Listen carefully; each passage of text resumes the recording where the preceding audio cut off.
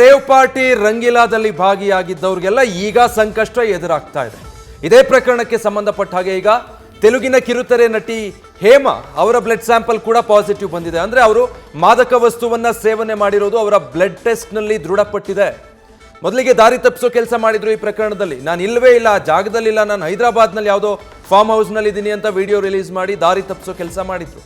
But CCB ಅಧಿಕಾರಿಗಳು ಇವರ ಕಳ್ಳಾಟವನ್ನ ಬಯಲಿಗೆ ಎಳೆದಿದ್ದಾರೆ. ಅಲ್ಲಿದ್ದಂತಹ 101 ಜನರ ಬ್ಲಡ್ ಸ್ಯಾಂಪಲ್ ಅನ್ನ ಪಡೆದುಕೊಂಡು ಅಲ್ಲಿಂದ ಕಳಿಸಿದ್ರು. ಮುಂದಕ್ಕೆ ಏನಾದರೂ ವಿಚಾರಣೆಗೆ ಬೇಕಾದ್ರೆ ನೋಟಿಸ್ ಕೊಡ್ತೀವಿ, ಹಾಜರಾಗಬೇಕಾಗತ್ತೆ ಅಂತ. ಈಗ 101 ಜನರ ಪೈಕಿ 86 ಜನರ ಬ್ಲಡ್ ಸ್ಯಾಂಪಲ್ಗಳಲ್ಲಿ ಮಾದಕ ವಸ್ತು ಸೇವನೆ ಮಾಡಿರೋದು ಖಾತ್ರಿಯಾಗಿದೆ. ಹೀಗಾಗಿ ಪಾಸಿಟಿವ್ ರಿಪೋರ್ಟ್ಗಳು ಬಂದಿದೆ. ಆ ಪೈಕಿ ತೆಲುಗಿನ ಕಿರುತೆರೆ ನಟಿಯಾಗಿರುವಂತಹ ಹೇಮಾ ಕೂಡ ಮಾದಕ ವಸ್ತುವನ್ನ ಸೇವನೆ ಮಾಡಿದ್ದಾರೆ ಅನ್ನುವಂಥ ಪಾಸಿಟಿವ್ ರಿಪೋರ್ಟ್ ಇಲ್ಲಿ ಬಂದಿದೆ. ಯಾರೆಲ್ಲ 86 ಜನರ ರಿಪೋರ್ಟ್ ಪಾಸಿಟಿವ್ ಬಂದಿದೆಯಲ್ಲ ಅವ್ರಿಗೆಲ್ಲ ಈಗ ಸಿಸಿಬಿ ಪೊಲೀಸರು ನೋಟಿಸ್ ಕೊಡೋದಕ್ಕೆ ಮುಂದಾಗಿದ್ದಾರೆ. ಹಾಜರಾಗಬೇಕು ವಿಚಾರಣೆಗೆ ಇದಕ್ಕೆ ಸಂಬಂಧಪಟ್ಟ ಹಾಗೆ ಅಂತ. ಅಂದ್ರೆ ಈ ಮುಂಚೆ ಮಾದಕ ವಸ್ತು ಸೇವನೆ ಮಾಡಿದ್ರ, ಎಲ್ಲಿಂದ ಪೆಡ್ಲಿಂಗ್ ಆಗ್ತಾ ಇತ್ತು ಇವರಿಗೆ, ಯಾರು ಅದನ್ನು ಒದಗಿಸ್ಕೊಡ್ತಾ ಇದ್ರು, ಇದಕ್ಕೆ ಮುಂಚೆ ಏನಾದರೂ ಈ ರೀತಿಯಾದಂತಹ ಪಾರ್ಟಿಗಳಲ್ಲಿ ಭಾಗಿಯಾಗ್ತಾ ಇದ್ರ, ಪೆಡ್ಲರ್ಸ್ಗಳು ಯಾರು, ಈ ನಿಟ್ಟಿನಲ್ಲಿ ಮಾಹಿತಿಗಳನ್ನ ಕಲೆ ಹಾಕೋದಕ್ಕೆ ವಿಚಾರಣೆಗೆ ಅಂತ ಕರೀತಾರೆ. ಸೊ ಈ ಪ್ರಕರಣದಲ್ಲಿ ನಟಿ ಹೇಮಾಗೂ ಕೂಡ ಇಂಥದ್ದೇ ಪರಿಸ್ಥಿತಿ ಈಗ ಬಂದೊದಗಿರುವಂಥದ್ದು. ಕನ್ಸ್ಯೂಮರ್ ಅಂದ್ರೆ ಕೇವಲ ಸೇವನೆ ಮಾಡುವಂಥವ್ರು ಅಂತ ಪರಿಗಣಿಸಿದಾಗ ಇವರನ್ನ ಅರೆಸ್ಟ್ ಮಾಡೋ ಸಾಧ್ಯತೆ ಕಡಿಮೆ ಇರುತ್ತೆ. ಯಾರು ಇವರಿಗೆ ಇದನ್ನ ತಂದು ಕೊಡ್ತಾರಲ್ಲ, ಪೆಡ್ಲಿಂಗ್ ಮಾಡ್ತಾರಲ್ಲ, ಡ್ರಗ್ ಪೆಡ್ಲಿಂಗ್, ಅವರು ಟಾರ್ಗೆಟ್ ಆಗಿರ್ತಾರೆ ಈ ಪ್ರಕರಣದಲ್ಲಿ ಸಿಸಿಬಿ ಪೊಲೀಸರಿಗೆ. ಆ ಕಾರಣಕ್ಕಾಗಿ ಕನ್ಸ್ಯೂಮರ್ಗಳನ್ನ ಅರೆಸ್ಟ್ ಮಾಡೋದು ಸಾಧ್ಯತೆಗಳು ಬಹಳ ಕಡಿಮೆ ಇದೆ. ಒಂದು ವೇಳೆ ಇವರು ಏನಾದರೂ ಪೆಡ್ಲಿಂಗ್ ಮಾಡಿರಬಹುದು ಅನ್ನುವಂಥ ಸಂಶಯಗಳಿದ್ರೆ ಆಗ ಬೇಕಾದ್ರೆ ಅರೆಸ್ಟ್ ಮಾಡಿ ವಿಚಾರಣೆ ಮಾಡಬಹುದು. ಬಟ್ ಕನ್ಸ್ಯೂಮರ್ಸ್ಗಳನ್ನ ಅರೆಸ್ಟ್ ಮಾಡೋದಿಲ್ಲ, ವಿಚಾರಣೆಗಂತೂ ಕರೆದೇ ಕರೀತಾರೆ.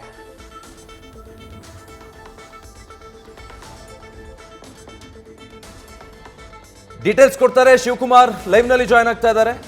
ಸೊ ಶಿವಕುಮಾರ್, ಈಗ ಡ್ರಗ್ಸ್ ಸೇವನೆ ಅಂತೂ ಖಾತ್ರಿಯಾಗಿದೆ. ದಾಳಿ ನಡೆದ ಸಂದರ್ಭದಲ್ಲೇ ಇಲ್ಲಿ ಡ್ರಗ್ ಸಪ್ಲೈ ಆಗಿತ್ತು ಅನ್ನೋದನ್ನ ಖಾತ್ರಿಪಡಿಸ್ಕೊಂಡಿದ್ರು. ಈಗ ಬ್ಲಡ್ ಸ್ಯಾಂಪಲ್ಗಳು ಪಾಸಿಟಿವ್ ಬಂದಿರೋದ್ರಿಂದ ಎಸ್ಪೆಷಲಿ ನಟಿ ಹೇಮಾ ವಿಚಾರವಾಗಿ ವಾಟ್ ನೆಕ್ಸ್ಟ್ ಅನ್ಸುತ್ತೆ ಈ ಪ್ರಕರಣದಲ್ಲಿ? ವಿಜಯ್, ನಟಿ ಹೇಮಾ ಸೇರಿದಂತೆ ಸದ್ಯ ಯಾರ್ದೆಲ್ಲ ಪಾಸಿಟಿವ್ ಬಂದಿದೆ ಅಷ್ಟು ಜನರಿಗೂ ಕೂಡ ನೋಟಿಸ್ ಅನ್ನ ಕೊಟ್ಟು ವಿಚಾರಣೆ ಕರೆಯುವಂತ ಕೆಲಸವನ್ನ ಬೆಂಗಳೂರಿನ ಸಿಸಿಬಿ ಅಧಿಕಾರಿಗಳು ಮಾಡುವಂತದ್ದು. ಪ್ರಮುಖವಾಗಿ ಕಳೆದ 19ನೇ ತಾರೀಕು ಮೇ 19ನೇ ತಾರೀಕು ಭಾನುವಾರ ಸಂಜೆ 5 ಗಂಟೆಯಿಂದಲೂ ಕೂಡ ಪಾರ್ಟಿಯನ್ನ ಮಾಡಿರುವಂತದ್ದು.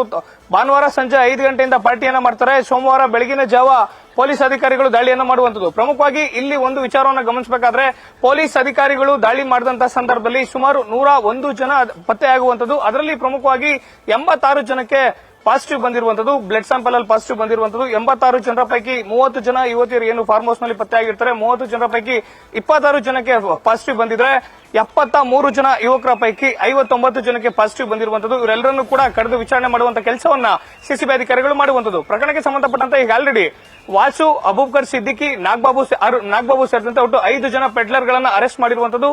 5 ಜನ ಪೆಡ್ಲರ್ ಗಳಿಗೂ ಕೂಡ ಮತ್ತೋರ್ವ ಪ್ರಮುಖ ಪೆಡ್ಲರ್ ರಾಜ್ ಬಾಬಾ ಅಂತ ಏನಿದ್ದಾನೆ, ಈತ ಪ್ಲೆಡ್ಡಿಂಗ್ ಅನ್ನ ಮಾಡಿದ ನನ್ನ ಮಾಹಿತಿ ಸದ್ಯಕ್ಕೆ ಸಿಕ್ತಿರುವಂತದ್ದು. ಎಲ್ಲರಿಗೂ ಕೂಡ ನೋಟಿಸ್ ಕೊಡುವಂತ ಕೆಲಸವನ್ನ ಮಾಡ್ತಾರೆ. ಇದರಲ್ಲಿ ಇನ್ನೊಂದು ಪ್ರಮುಖವಾದಂತಹ ಅಂಶ, ತೆಲುಗು ನಟಿ ಹೇಮಾ ಏನಿದ್ದಾಳೆ, ಈಕೆ ದಾಳಿಯಾದಂತಹ ಸಂದರ್ಭದಲ್ಲಿ ಪೊಲೀಸರಿಗೆ ರೆಡ್ ಹ್ಯಾಂಡ್ ಆಗಿ ಸಿಗ್ತಾಳೆ. ಆಕೆ ವಾಶ್ರೂಮ್ಗೆ ಹೋಗಬೇಕು ಅಂತೇಳಿ ಹೋಗಿ ವಿಡಿಯೋವನ್ನ ಮಾಡಿ, ನಾನು ಪಾರ್ಟಿಯಲ್ಲಿ ಭಾಗಿಯಾಗಿಲ್ಲ, ಹೈದರಾಬಾದ್ ನ ಫಾರ್ಮ್ ಹೌಸ್ ನಲ್ಲಿ ಇದ್ದೀನಿ, ಚಿಲ್ ಆಗ್ತಾ ಇದ್ದೀನಿ ಅಂತೇಳಿ ಆಕೆ ವಿಡಿಯೋವನ್ನ ಹರಿಬಿಟ್ಟು ಮಾಧ್ಯಮಗಳಿಗೆ ಜೊತೆಗೆ ಅಲ್ಲಿನ ಪೊಲೀಸ್ ಅಧಿಕಾರಿಗಳಿಗೆ ದಾರಿ ತಪ್ಪಿಸುವಂತ ಕೆಲಸವನ್ನ ಮಾಡಿರ್ತಾಳೆ. ಆಕೆಯನ್ನು ಕೂಡ, ಆಕೆಯ ಬ್ಲಡ್ ಸ್ಯಾಂಪಲ್ ಕೂಡ ಸದ್ಯಕ್ಕೆ ಪಾಸಿಟಿವ್ ಬಂದಿರುವಂತದ್ದು. ಆಕೆಯೂ ಕೂಡ ಮುಂದಿನ ದಿನಗಳಲ್ಲಿ ನೋಟಿಸ್ ಕೊಟ್ಟು ವಿಚಾರಣೆ ಮಾಡುವಂತ ಕೆಲಸವನ್ನ ಪೊಲೀಸ್ ಅಧಿಕಾರಿಗಳು ಮಾಡುವಂತದ್ದು. ಪ್ರಮುಖವಾಗಿ ಪ್ರಕರಣವನ್ನ ನೋಡ್ತಾ ಹೋದಂತಹ ಸಂದರ್ಭದಲ್ಲಿ ಸನ್ಸೆಟ್ ಟು ಸನ್ರೈಸ್ ಅಂದ್ರೆ ಸೂರ್ಯ ಮುಳುಗಿನಿಂದ ಸೂರ್ಯ ಉದಯಿಸುವವರೆಗೂ ಕೂಡ ಪಾರ್ಟಿ ಹೆಸರಲ್ಲಿ ಪಾರ್ಟಿ ಆರ್ಗನೈಸ್ ಅನ್ನ ಮಾಡಿರ್ತಾರೆ. ಪಾರ್ಟಿಯಲ್ಲಿ ಭಾಗಿಯಾಗಿದ್ದಂತ ಸುಮಾರು 150ಕ್ಕೂ ಹೆಚ್ಚು ಜನ ಪಾರ್ಟಿಯಲ್ಲಿ ಭಾಗಿಯಾಗಿದ್ರು ಅನ್ನೋ ಮಾಹಿತಿ ಇರುವಂತದ್ದು. ಆದ್ರೆ ಪೊಲೀಸರು ದಾಳಿ ಮಾಡುವಂತಹ ಸಂದರ್ಭದಲ್ಲಿ ಸಿಂಗೇನ ಅಗ್ರಹಾರದಲ್ಲಿ ಬರುವಂತಹ ಜಿಆರ್ ಫಾರ್ಮ್ ಹೌಸ್ ನ ಹೊರಭಾಗದಲ್ಲೇ ಸುಮಾರು 50ರಿಂದ 60 ಜನ ಇದ್ರು. ಯಾವಾಗ ಸಿಸಿಬಿ ಅಧಿಕಾರಿಗಳು ದಾಳಿಯನ್ನ ಮಾಡ್ತಾರೆ, ದಾಳಿ ಮಾಡಿದಂತಹ ಸಂದರ್ಭದಲ್ಲಿ ಫಾರ್ಮ್ ಹೌಸ್ ನ ಹೊರಭಾಗದಲ್ಲಿ ಇದ್ದಂತ ಅಷ್ಟು ಜನ ಓಡೋಗಿರುವಂತದ್ದು. ಪ್ರಮುಖವಾಗಿ ಫಾರ್ಮ್ ಹೌಸ್ ನ ಒಳಭಾಗದಲ್ಲಿ ಸುಮಾರು 101 ಜನ ಪಾರ್ಟಿಯಲ್ಲಿ ಭಾಗಿಯಾಗಿರ್ತಾರೆ. ಅಷ್ಟು ಜನ ಪೊಲೀಸ್ ಅಧಿಕಾರಿಗಳು ಅಷ್ಟು ಜನರನ್ನ ವಶಕ್ಕೆ ಪಡ್ಕೊಳ್ತಾರೆ. ಫೊರೆನ್ಸಿಕ್ ಅಧಿಕಾರಿಗಳನ್ನ ಕರೆಸಿ ಅವರಿಗೆ ಬ್ಲಡ್ ಸ್ಯಾಂಪಲ್ ಮಾಡುವಂತ ಕೆಲಸವನ್ನು ಕೂಡ ಮಾಡಿರ್ತಾರೆ. ಸದ್ಯ ಘಟನೆ ಆದಂತಹ 3 ದಿನಗಳ ನಂತರದಲ್ಲಿ ಬ್ಲಡ್ ಸ್ಯಾಂಪಲ್ ರಿಪೋರ್ಟ್ ಬಂದಿರುವಂತದ್ದು. ಅಷ್ಟು ಜನರನ್ನು ಕೂಡ ವಿಚಾರಣೆಗೆ ಕರೆಯಲಿಕ್ಕೆ ಸದ್ಯ ಸಿಸಿಬಿ ಅಧಿಕಾರಿಗಳು ತಯಾರಿಯನ್ನ ಮಾಡಿಕೊಂಡಿರುವಂತದ್ದು. ಇಲ್ಲಿ ಪ್ರಮುಖವಾಗಿ ಗಮನಿಸುವಂತ ವಿಚಾರ, ದಾಳಿ ಮಾಡಿದಂತ ಸಂದರ್ಭದಲ್ಲಿ ಸುಮಾರು ಬೆಂಜ್ ಕಾರು, ಆಡಿ ಕಾರು ಸೇರಿದಂತೆ ಐಷಾರಾಮಿ 25 ಕಾರುಗಳನ್ನ ಸಿಸಿಬಿ ಅಧಿಕಾರಿಗಳು ವಶಕ್ಕೆ ಪಡ್ಕೊಳ್ಳುವಂತ ಕೆಲಸವನ್ನ ಮಾಡಿದ್ರು. ಕೇವಲ ಫಾರ್ಮ್ ಹೌಸ್ ನ ಒಳಭಾಗದಲ್ಲ, ಫಾರ್ಮ್ ಹೌಸ್ ನ ಹೊರಭಾಗದಲ್ಲಿ ಪಾರ್ಕ್ ಮಾಡಿದಂತ ಅಷ್ಟು ಕಾರುಗಳನ್ನು ಕೂಡ ಶ್ವಾನ ದಳದ ಮೂಲಕವಾಗಿ ಶೋಧ ಮಾಡುವಂತ ಕೆಲಸವನ್ನು ಕೂಡ ಮಾಡಿದ್ರು. ಪ್ರಮುಖವಾಗಿ ದಾಳಿ ಮಾಡಿದಂತ ಸಂದರ್ಭದಲ್ಲಿ ಸುಮಾರು 45 gram cocaine, MDMA crystal, hydro ganja CCB ಅಧಿಕಾರಿಗಳಿಗೆ ಪತ್ತೆಯಾಗುತ್ತೆ. ಪಾರ್ಟಿಯಲ್ಲಿ ಭಾಗಿಯಾಗಿದ್ದಂತವರು ಯಾವಾಗ ಪೊಲೀಸ್ ಅಧಿಕಾರಿಗಳು ದಾಳಿಯನ್ನ ಮಾಡಿದರೆ ನಾವು ದಾಳಿಗೆ ಒಳಗಾಗಿದ್ದೀವಿ ಅಂತ ಹೇಳಿ ಗೊತ್ತಾಗುತ್ತೆ. ಆಗ ಅವರ ಬಳಿ ಇದ್ದಂತ ಮಾದಕ ವಸ್ತುಗಳನ್ನ ವಾಶ್ರೂಮ್ ನ ಕಬೋರ್ಡ್ ನಲ್ಲಿ ಹಾಕಿ ಫ್ಲಶ್ ಮಾಡುವಂತ ಕೆಲಸವನ್ನ ಮಾಡ್ತಾರೆ. ಮತ್ತೊಂದಷ್ಟು ಜನ ಫಾರ್ಮ್ ಹೌಸ್ ನ ಒಳಭಾಗದಲ್ಲಿರುವಂತಹ ಸ್ವಿಮ್ಮಿಂಗ್ ಪೂಲ್ ಗೆ ಮಾದಕ ವಸ್ತುಗಳನ್ನ ಎಸೆಯುವಂತ ಕೆಲಸವನ್ನು ಕೂಡ ಮಾಡ್ತಾರೆ.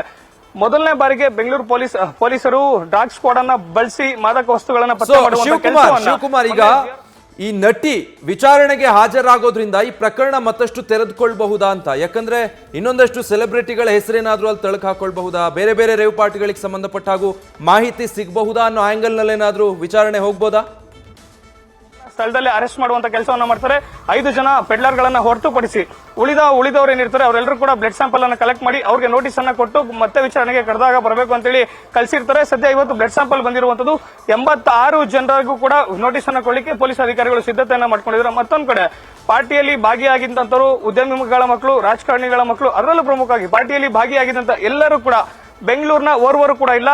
ದಾಳಿ ಮಾಡಿದಂತ ಸಂದರ್ಭದಲ್ಲಿ ಪತ್ತೆಯಾದಂತಹ 101 ಜನ ಕೂಡ ಆಂಧ್ರ ಪ್ರದೇಶ, ತೆಲಂಗಾಣ ಹಾಗೂ ಪಾಂಡಿಚೇರಿಗೆ ಸೇರಿದಂತವರು. ಇವರೆಲ್ಲರೂ ಕೂಡ ಪ್ರಮುಖವಾಗಿ ಜೂಮ್ ಕಾರ್ಗಳನ್ನ ಬುಕ್ ಮಾಡಿಕೊಂಡು ಇಲ್ಲಿಗೆ ಬಂದಿರ್ತಾರೆ. ಅಂದ್ರೆ ಆಯೋಜಕ ವಾಸು ಏನಿರ್ತಾನೆ ಈತ ತನ್ನ ಬರ್ತ್ಡೇ ಪಾರ್ಟಿ ಹೆಸರಿನಲ್ಲಿ ಪಾರ್ಟಿಯನ್ನು ಆಯೋಜನೆ ಮಾಡಿರ್ತಾನೆ. ಅಸಲಿಗೆ ಯಾವುದೇ ಬರ್ತ್ಡೇ ಪಾರ್ಟಿ ಇರೋದಿಲ್ಲ. ಬರ್ತ್ಡೇ ಪಾರ್ಟಿ ಹೆಸರಿನಲ್ಲಿ ಈತ ಡ್ರಗ್ ಪಾರ್ಟಿಯನ್ನ ಮಾಡಿರುವಂತದ್ದು. ಪಾರ್ಟಿಗೆ ಬರುವಂತಹ ಪ್ರತಿಯೊಬ್ಬರು ಕೂಡ ಹ್ಯಾಪಿ ಬರ್ತ್ಡೇ ಅನ್ನೋ ಒಂದು ಪಾಸ್ವರ್ಡ್ ಅನ್ನ ಹೇಳಿ ಫಾರ್ಮ್ ಹೌಸ್ ನ ಒಳಗಡೆ ಎಂಟ್ರಿ ಆಗಬೇಕಾಗುತ್ತೆ. ಅಂದ್ರೆ ಫಾರ್ಮ್ ಹೌಸ್ ಗೆ ಪ್ರವೇಶ ಮಾಡುವಂತಹ ಸಂದರ್ಭದಲ್ಲಿ ಅಲ್ಲಿದ್ದಂತವ್ರಿಗೆ ಅಂದ್ರೆ ಎಂಟ್ರಿ ಬಳಿ ಇದ್ದಂತಹ ಸೆಕ್ಯೂರಿಟಿಗಳಾಗಿರ್ಬೋದು, ಜೊತೆಗೆ ಪ್ರೈವೇಟ್ ಎಸ್ಕಾರ್ಟ್ ಆಗಿರ್ಬೋದು, ಅವ್ರಿಗೆ ಹ್ಯಾಪಿ ಬರ್ಡೇ ಅನ್ನೋ ಪಾಸ್ವರ್ಡ್ ಹೇಳಿದಂತ ಸಂದರ್ಭದಲ್ಲೇ ರೇವ್ ಪಾರ್ಟಿಗೆ ಬಂದವರಿಗೆ ಪಾರ್ಟಿಯ ಒಳಗಡೆ ಹೋಗ್ಲಿಕ್ಕೆ ಅವಕಾಶವನ್ನು ಕೊಡಲಾಗುತ್ತೆ. ಜೊತೆಗೆ ಪಾರ್ಟಿಗೆ ಬರೆದಂತಹ ಕಿರುತೆರೆ ನಟಿಯರಿರ್ಬೋದು, ಜೊತೆಗೆ ಆಂಧ್ರ ಮೂಲದ ಮಾಡೆಲ್ಗಳಿರ್ಬೋದು, ಇವ್ರಿಗೆ ಬೆಂಗಳೂರಿನ ಏರ್ಪೋರ್ಟ್ ನಿಂದ ಎಲೆಕ್ಟ್ರಾನಿಕ್ ಸಿಟಿಯ ಹೊರಭಾಗದಲ್ಲಿ ಬರುವಂತಹ ಸಿಂಗೇನ ಅಗ್ರಹಾರ GR ಫಾರ್ಮ್ ಹೌಸ್ ಏನಿದೆ ಅಲ್ಲಿಗೆ ಬರ್ಲಿಕ್ಕೆ ಜೂಮ್ ಕಾರ್ನ ಮೂಲಕವಾಗಿ ವ್ಯವಸ್ಥೆಯನ್ನ ಮಾಡಿದ್ರು ಅನ್ನೋ ಮಾಹಿತಿ ಸದ್ಯಕ್ಕೆ ಸಿಕ್ಕಿರುವಂತ. ಜೊತೆಗೆ ಪಾರ್ಟಿ ಆಯೋಜಕ ವಾಸು ಏನಿದಾನೆ ಈತ ಯಾವುದೇ ರಿಯಲ್ ಎಸ್ಟೇಟ್ ಬಿಸ್ನೆಸ್ ಅನ್ನ ಮಾಡಿಲ್ಲ, ಉದ್ಯಮಿ ಅಲ್ಲ. ಈತ ಹಿಂದೆ ಆಂಧ್ರ ಪ್ರದೇಶದಲ್ಲಿ ಕ್ರಿಕೆಟ್ ಬೆಟ್ಟಿಂಗ್ ನಲ್ಲೂ ಕೂಡ ತೊಡ್ಕೊಂಡಿದ್ದ. ಈತನನ್ನ ಲಂಕಪಲ್ಲಿ ವಾಸು ಅಂತೇಳಿ ಅಲ್ಲಿ ಗುರುತಿಸುವಂತದ್ದು. ಮೂಲತಃ ವಿಜಯವಾಡದನು. ಈತ ಸೇರಿದಂತ 5 ಜನರನ್ನ ಸಿಸಿಬಿ ಪೊಲೀಸರು ಅರೆಸ್ಟ್ ಮಾಡಿದ್ದಾರೆ. ಅವರನ್ನ ಮತ್ತೆ ವಶಕ್ಕೆ ಪಡೆಯಲಿಕ್ಕೂ ಕೂಡ ಸದ್ಯ ಸಿಸಿಬಿ ಅಧಿಕಾರಿಗಳು ಮುಂದಾಗಿರುವಂತದ್ದು. Vijay, okay, thank you Shivakumar. So ಒಟ್ನಲ್ಲಿ ಈಗ ಈ ರೀತಿಯಾಗಿ ಹಂತ ಹಂತವಾಗಿ ಪ್ರಕರಣ ತೆರೆದುಕೊಳ್ತಾ ಹೋಗ್ತಾ ಇದೆ. ಭಾನುವಾರ ಸಂಜೆ ನಂತರದಲ್ಲಿ ಆರಂಭ ಆಗಿದ್ದಂಥ ರೇವ್ ಪಾರ್ಟಿ ಮಾಹಿತಿ ಗೊತ್ತಾಗ್ತಿದ್ದ ಹಾಗೆ ಮಧ್ಯರಾತ್ರಿ ಸಿಸಿಬಿ ಪೊಲೀಸರು ಹೋಗಿ ದಾಳಿ ನಡೆಸಿರ್ತಾರೆ. ಸುಮಾರು 100ಕ್ಕೂ ಹೆಚ್ಚು ಜನ ಈ ರೇವ್ ಪಾರ್ಟಿಯಲ್ಲಿ ಭಾಗಿಯಾಗಿದ್ದಾರೆ. ಇಲ್ಲಿ ಡ್ರಗ್ಸ್ ಸಪ್ಲೈ ಆಗಿದೆ ಅನ್ನೋದು ಸಿಸಿಬಿ ಅಧಿಕಾರಿಗಳಿಗೆ ಖಾತ್ರಿ ಆಗುತ್ತೆ. ಅಲ್ಲಿ ಸಿಕ್ಕಂತಹ ಎಲ್ಲರನ್ನು ಕೂಡ ವಶಕ್ಕೆ ಪಡ್ಕೊಂಡು ಅವ್ರ ಸ್ಯಾಂಪಲ್ ಅನ್ನು ಪಡ್ಕೊಳ್ತಾರೆ. ಉಳಿದವ್ರಿಗೆ ಹೇಳಿ ಕಳಿಸ್ತಾರೆ. ಒಂದು 5 ಜನರನ್ನ ಪೊಲೀಸರು ವಶಕ್ಕೆ ಪಡ್ಕೊಂಡಿರ್ತಾರೆ. ಇದಕ್ಕೆ ಸಂಬಂಧಪಟ್ಟ ಹಾಗೆ ಮತ್ತಷ್ಟು ಡೀಟೇಲ್ಸ್ ಕೊಡ್ತಾರೆ ನಮ್ಮ ಪ್ರತಿನಿಧಿ ಭರತ್.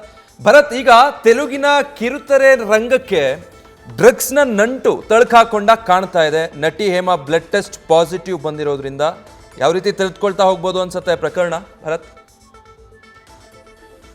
ವಿಜಯ್, ಡ್ರಗ್ಸ್ ಪ್ರಕರಣ ಬೆಂಗಳೂರು ರೇವ್ ಪಾರ್ಟಿಗೆ ಸಂಬಂಧಪಟ್ಟಂತೆ ತೆಲುಗಿನ ಖ್ಯಾತ ನಟಿ ಹೇಮಾ ಅವರ ಹೆಸರು ಈಗ ಹೊರಗಡೆ ಬಂದಿರುವಂತದ್ದು. ಹೇಮಾ ಅವರು ಆಕ್ಚುಲಿ ಕಿರುತೆರೆ ನಟಿ ಅಲ್ಲ. ಅವ್ರಂತ ಹೇಳಿದ್ರೆ ತೆಲುಗು ಇಂಡಸ್ಟ್ರಿ ಕಂಡಂತಹ ಈಗ ತುಂಬಾ ಸೀನಿಯರ್ ಮೋಸ್ಟ್ ನಟಿ ಅಂತ ಹೇಳ್ಬೋದು. ಯಾಕಂತ ಹೇಳಿದ್ರೆ ಇದುವರೆಗೂ ಅವರು ಸುಮಾರು 30 ವರ್ಷಗಳಿಂದ ತೆಲುಗು ಇಂಡಸ್ಟ್ರಿಯಲ್ಲಿ ಕೆಲಸ ಮಾಡ್ತಾ ಇದ್ದಾರೆ. ಸಾಕಷ್ಟು ಸಿನಿಮಾಗಳಿದೆ ಅಂತ ಹೇಳಿದ್ರೆ ಸುಮಾರು 300ರಿಂದ 400 ಸಿನಿಮಾಗಳಿಗೂ ಅಧಿಕ ಸಿನಿಮಾಗಳಲ್ಲಿ ಹೇಮಾ ಅವರು ಅಭಿನಯಿಸಿದ್ದಾರೆ.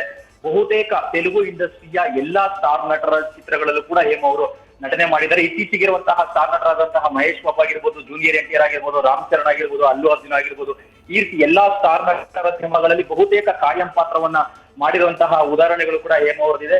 ಹೇಮಾ ಅವರು ಒಂದು ರೀತಿ ತೆಲುಗು ಇಂಡಸ್ಟ್ರಿಯ ಪ್ರಭಾವಿ ನಟಿ ಅಂತ ಹೇಳ್ಬೋದು. ಯಾಕಂದ್ರೆ ಕೇವಲ ಸಿನಿಮಾ ನಟಿಯಾಗಿ ಮಾತ್ರವಲ್ಲ, ರಾಜಕೀಯ ರಂಗದಲ್ಲೂ ಕೂಡ ಹೇಮಾ ಅವರು ಗುರುತಿಸಿಕೊಂಡಿದ್ರು. 2014ರಲ್ಲಿ ನಡೆದಂತಹ ಜನರಲ್ ಎಲೆಕ್ಷನ್, ಆಂಧ್ರ ಪ್ರದೇಶದ ಜನರಲ್ ಎಲೆಕ್ಷನ್ ಅಲ್ಲಿ ಹೇಮಾ ಅವರು MLA ಆಗಿ ಕೂಡ ಅಂದ್ರೆ ವಿಧಾನಸಭಾ ಮಂದಾಪೇಟೆ ವಿಧಾನಸಭಾ ಕ್ಷೇತ್ರದಲ್ಲಿ MLA ಆಗಿ ಕೂಡ ಕಂಟೆಸ್ಟ್ ಮಾಡ್ತಾರೆ. ಆದ್ರೆ ಆ ಎಲೆಕ್ಷನ್ ಅಲ್ಲಿ ಸೋಲ್ ಕೂಡ ಕಾಣಬೇಕಾಗುತ್ತೆ. ಜೊತೆಗೆ ತೆಲುಗು ಸಿನಿಮಾ ರಂಗದ ವಾಣಿಜ್ಯ ಮಂಡಳಿ ಮತ್ತೆ ಅಂದ್ರೆ ಕಲಾವಿದರ ಸಂಘ ಅಂತ ಏನಿದೆ ಆ ಸಂಘದಲ್ಲೂ ಕೂಡ ಅವರು ಸದಸ್ಯತ್ವವನ್ನು ಹೊಂದಿದ್ದಾರೆ. ಮೂವಿ ಆರ್ಟಿಸ್ಟ್ ಅಸೋಸಿಯೇಷನ್ ಎನ್ನುವ ಸಂಘಟನೆ ಏನಿದೆ ತೆಲುಗು ಕಲಾವಿದರ ಸಂಘದಲ್ಲಿ ಅವರು ಚುನಾವಣೆ ನಡೆದಂತಹ ಸಂದರ್ಭದಲ್ಲಿ ಪ್ರತಿ ಚುನಾವಣೆಯಲ್ಲೂ ಕೂಡ ಮುಂಚೂಣಿಯಲ್ಲಿ ಇರ್ತಾರೆ. ಸದಸ್ಯತ್ವದಲ್ಲಿ ಮತ್ತೆ ಕಾರ್ಯಕಾರಿಣಿ ಸದಸ್ಯತ್ವಕ್ಕೂ ಕೂಡ ಚುನಾವಣೆಗಳಲ್ಲಿ ಹೇಮಾ ಅವರು ಸ್ಪರ್ಧೆ ಮಾಡ್ತಾ ಇರ್ತಾರೆ. ಅಂತ ಹೇಳಿದ್ರೆ ತೆಲುಗು ಇಂಡಸ್ಟ್ರಿಯಲ್ಲಿ ಹೇಮಾ ಅವರದ ಒಂದು ರೀತಿ ತುಂಬಾ ಅನುಭವ ಇದೆ ಮತ್ತೆ ಸಾಕಷ್ಟು ಸಿನಿಮಾಗಳನ್ನ ಮಾಡಿರುವಂತಹ ನಟಿ. ಈಗ ಬೆಂಗಳೂರಿನ ನಡೆದಂತಹ ರೇವ್ ಪಾರ್ಟಿಯಲ್ಲಿ ಹೇಮಾ ಅವರು ರೆಡ್ ಹ್ಯಾಂಡ್ ಆಗಿ ಸಿಕ್ಕಿದ್ದಾರೆ. ಜೊತೆಗೆ ಈಗ ಅವರ ಬ್ಲಡ್ ಸ್ಯಾಂಪಲ್ ನಲ್ಲಿ ಪಾಸಿಟಿವ್ ಬಂದಿರೋದ್ರೂ ಕೂಡ ಎಲ್ಲೋ ಒಂದ್ ಕಡೆ ಹೇಮಾ ಅವರಿಗೆ ಬಹುದೊಡ್ಡ ಸಂಕಷ್ಟ ಆಗುವಂತಹ ಎಲ್ಲ ಸಾಧ್ಯತೆ ಇದೆ. ಸದ್ಯ ಆಂಧ್ರ ಪ್ರದೇಶದಲ್ಲಿ ಪರಿಸ್ಥಿತಿ ಏನಂತ ಹೇಳಿದ್ರೆ ಮೂವಿ ಆರ್ಟಿಸ್ಟ್ ಅಸೋಸಿಯೇಷನ್ ಅಂತ ಹೇಳಿದ್ರೆ ಅಂದ್ರೆ ತೆಲುಗು ಕಲಾವಿದರ ಸಂಘದಿಂದ ಹೇಮಾ ಅವ್ರನ್ನ ಬ್ಯಾನ್ ಮಾಡ್ಬೇಕು ಒಂದು ಒತ್ತಾಯ ಕೂಡ ಅಲ್ಲಿ ಕೇಳಿ ಬರ್ತಾ ಇದೆ. ಯಾಕಂತ ಹೇಳಿದ್ರೆ ಒಬ್ಬ ಕಲಾವಿದೆಯಾಗಿ ಕಲಾವಿದರ ಗೌರವಕ್ಕೆ ಧಕ್ಕೆ ತರುವಂತಹ ಕೆಲಸವನ್ನ ಈಗ ಹೇಮಾ ಅವರು ಮಾಡಿದ್ದಾರೆ. ಹಾಗಾಗಿ ಹೇಮಾ ವಿರುದ್ಧವಾಗಿ ಕ್ರಮ ತಗೊಳ್ಬೇಕು, ಶಿಸ್ತು ಕ್ರಮ ತಗೊಳ್ಬೇಕು. ಈ ಕೂಡಲೇ ಅವ್ರನ್ನ ಕಲಾವಿದರ ಸಂಘದಿಂದ ಅಮಾನತು ಮಾಡಬೇಕು ಅಂತ ಹೇಳಿ ಒಂದು ಕೂಗನ್ನ ಈಗ ಅಲ್ಲಿನ ಸದಸ್ಯರು ವ್ಯಕ್ತಪಡಿಸ್ತಾ ಇರುವಂತದ್ದು. ಸದ್ಯದ ಪರಿಸ್ಥಿತಿ ಸದ್ಯಕ್ಕೆ ಅವರು ಅಂದ್ರೆ ಮೂವಿ ಆರ್ಟಿಸ್ಟ್ ಅಸೋಸಿಯೇಷನ್ ಅಧ್ಯಕ್ಷರಾಗಿರುವಂತಹ ಮಂಜು ವಿಷ್ಣು ಅವರು ಫ್ರಾನ್ಸ್ ನಲ್ಲಿದ್ದಾರೆ. ಅಂದ್ರೆ ಕ್ಯಾನ್ಸ್ ಫೆಸ್ಟಿವಲ್ ಗೆ ಸಂಬಂಧಪಟ್ಟಂತೆ ಅವರು ಫ್ರಾನ್ಸ್ ನಲ್ಲಿದ್ದಾರೆ. ಫ್ರಾನ್ಸ್ ನಿಂದ ಅವರು ಆಂಧ್ರ ಪ್ರದೇಶಕ್ಕೆ ವಾಪಸ್ ಆಗ್ತಾ ಇದ್ದಂತೆಗೆ ಹೇಮಾ ಕುರಿತಾದಂತಹ ಒಂದು ವಿಚಾರದಲ್ಲಿ ಅವರು ಕ್ರಮ ತಗೊಳ್ಳುವಂತಹ ಸಾಧ್ಯತೆ ಇದೆ. Vijay, okay, thank you Bharath. News first ನಿರ್ಭೀತಿಯಿಂದ ನಿಮ್ಮ ಪರವಾಗಿ.